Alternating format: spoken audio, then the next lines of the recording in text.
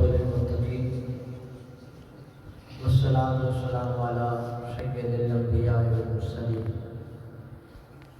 أما بعد فأعوذ بالله من الشيطان الرجيم بسم الله الرحمن الرحيم قال الله تبارك وتعالى في القرآن المجيد والفرقان الحميد يا أيها الذين آمنوا لا ترفعوا أصواتكم فوق صوت النبي ولا تجهروا له بالقول كجهر بعضكم لبعض أن تحبط أعمالكم وأنتم لا تشعرون صدق الله العظيم إن الله وملائكته يصلون على النبي يا أيها الذين آمنوا صلوا عليه وسلموا تسليما الصلاة والسلام عليك يا رسول الله وعلى آلك وصحبك يا حبيب الله۔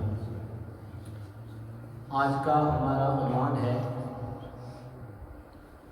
نیکیوں کی حفاظت کا طریقہ۔ انسان دنیا کی زندگی کے لیے مال کماتا ہے اور قبر و حشر کی دنیا کے لیے اعمال کی کوشش کرتا ہے۔ دو کرنسیاں ہیں، ایک زمین کے اوپر چلتی ہے اور ایک زمین کے نیچے۔ زمین کے اوپر زندگی گزارنے کے لیے آپ کو مال و دولت کی ضرورت ہے، جس سے آپ اپنی ضروریات زندگی کو پورا کرتے ہیں، لیکن زمین کے نیچے یہ کرنسی نہیں چلتی۔ زمین کے نیچے کون سی کرنسی چلتی ہے؟ وہاں آپ کے وہ نیک اعمال جو آپ نے دنیا کے اندر اللہ اور اس کے رسول صلی اللہ علیہ وسلم کو راضی کرنے کے لیے کیے ہیں، ان کی وجہ سے آپ کے ساتھ کوئی رعایت برتی جا سکتی ہے۔ یہاں آپ مال و دولت دے کر اپنی مرضی کے فیصلے کروا سکتے ہیں، وہاں ایسا نہیں ہے۔ یہاں مال و دولت، آپ کی امیری، آپ کا عہدہ آپ کے گناہوں پر پردے ڈال دے گا، لیکن وہ انصاف کا دن ہے۔ وہ دن ایسا ہے، رب فرماتا ہے یوم لا تملک نفس لنفس شیئا، اس دن کوئی کسی دوسرے کا مالک نہیں ہوگا، کسی کی ملکیت اور کسی کی بادشاہت نہیں ہوگی۔ لا تملک نفس لنفس شیئا والامر یومئذ للہ، اس دن اگر حکم ہوگا تو صرف اللہ کا۔ اس دن فیصلے میرٹ پر، انصاف پر ہوں گے۔ اس دن کرسی عدالت پر آپ یا میں یا ہمارا کوئی رشتہ دار نہیں بیٹھا ہوگا۔ اس دن کرسی عدالت پر وہ خالق اور مالک بیٹھا ہوگا جو فیصلے کرے گا۔ انسان اخروی زندگی کو کامیاب کرنے کے لیے اعمال کی کوشش کرتا ہے، نیکیوں کی کوشش کرتا ہے۔ اب نیکی کیا ہے؟ ہم نماز پڑھتے ہیں اللہ کو راضی کرنے کے لیے، یہ نیکی ہے۔ روزہ رکھتے ہیں، سارا دن بھوک پیاس برداشت کرتے ہیں، طرح طرح کی نعمتیں سامنے ہوتی ہیں لیکن نہیں کھاتے، اللہ کو راضی کرنے کے لیے، یہ بھی نیکی ہے۔ مالدار لوگ زکوٰۃ دیتے ہیں، صدقہ اور خیرات کا اہتمام کرتے ہیں، کوئی اچھائی کرتے ہیں اللہ کو راضی کرنے کے لیے۔ الغرض نیکیوں کی ایک بہت بڑی تفصیل ہے۔ جہاد کرتے ہیں اعلاء کلمۃ الحق کے لیے، تلوار تک اٹھاتے ہیں، جسم کے ٹکڑے تک کرواتے ہیں، کس لیے؟ اللہ کو راضی کرنے کے لیے۔ یہ وہ اعمال ہیں جو ہم نے اپنی اخروی زندگی کی نجات کے لیے جمع کرنے ہیں، لیکن کیا جمع کرنے کے بعد وہ محفوظ ہیں؟ کہیں ایسا تو نہیں کہ ہم ایک ایسی بالٹی میں پانی ڈال رہے ہیں کہ جس کے نیچے سوراخ ہوئے ہیں، ادھر سے ہم ڈالتے جا رہے ہیں اور نیچے سے پانی نکلتا جا رہا ہے؟ کہیں ایسا تو نہیں۔ ایک قرآن کی آیت جو میں نے تلاوت کی اور ایک حدیث مبارکہ اس ضمن میں آپ سماعت فرما لیں تاکہ نیکیوں کی حفاظت کا طریقہ آ جائے۔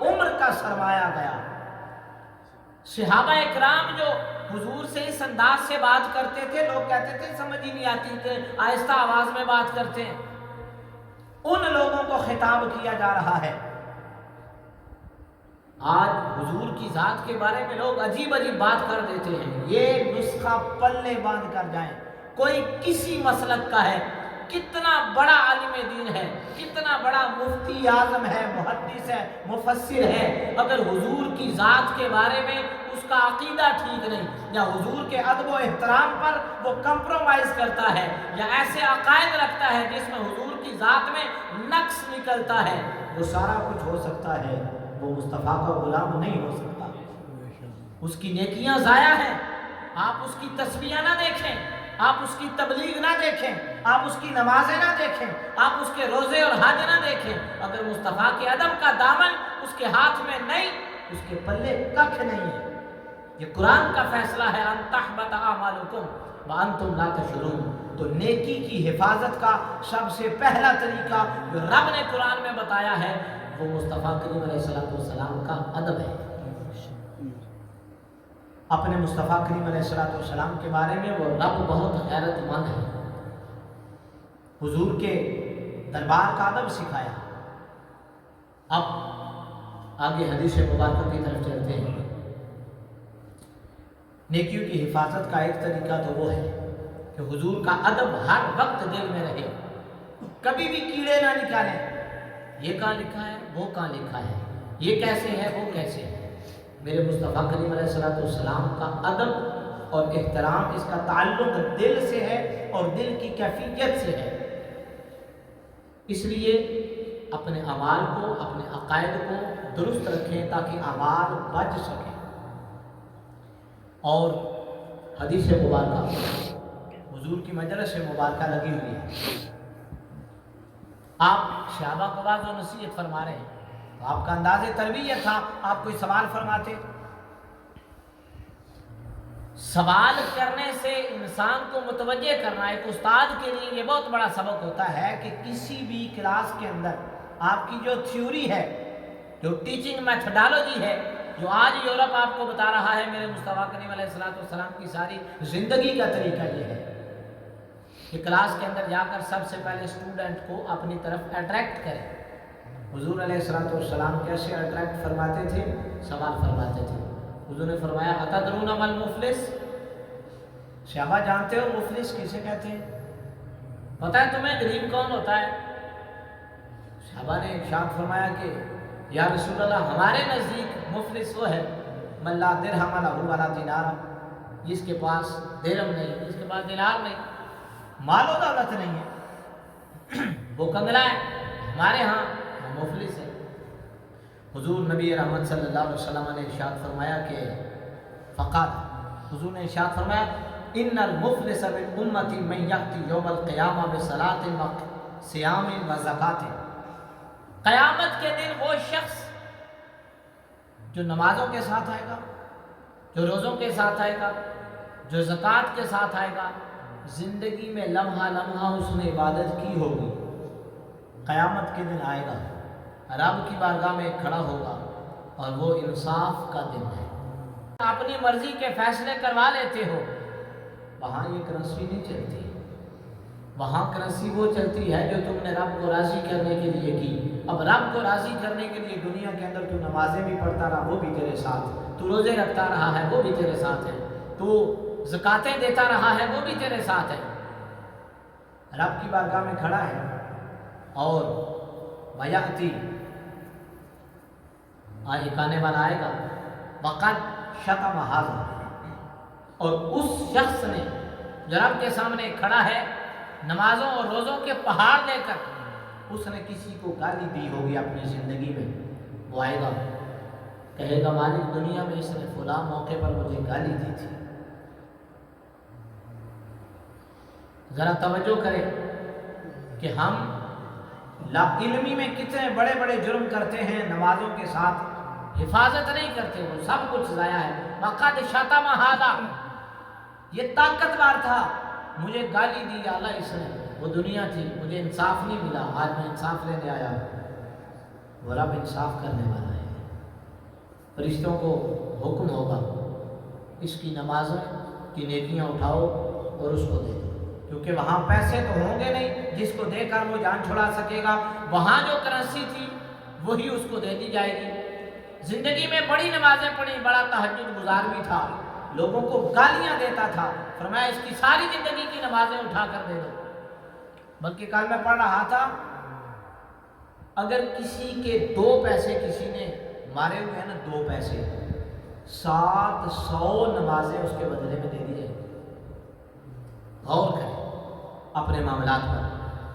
اب نمازیں ختم ہو گئی، فقضا فہذا، وہ وہی کھڑا ہوگا، ایک اور شخص آئے گا، کہے گا کہ مالک اس نے میرے اوپر تہمت لگائی، میں نے یہ جرم نہیں کیا تھا، یہ لوگوں کو بتایا کرتا تھا کہ یہ اس کے اندر یہ بات ہے، اس کے اندر یہ بات ہے، مالک وہ جرم میرے اندر نہیں تھے، وہ گناہ میں نے نہیں کیے، یہ کبھی میرے دوستوں کو جا کے بتایا تھا، کبھی میرے رشتہ داروں کو بتایا تھا، معاشرے میں اس نے مجھے بدنام کیا، لوگ اس کے کہنے کی وجہ سے مجھے برا سمجھنے لگے، وقضا فہذا، تہمت لگائی ہوگی۔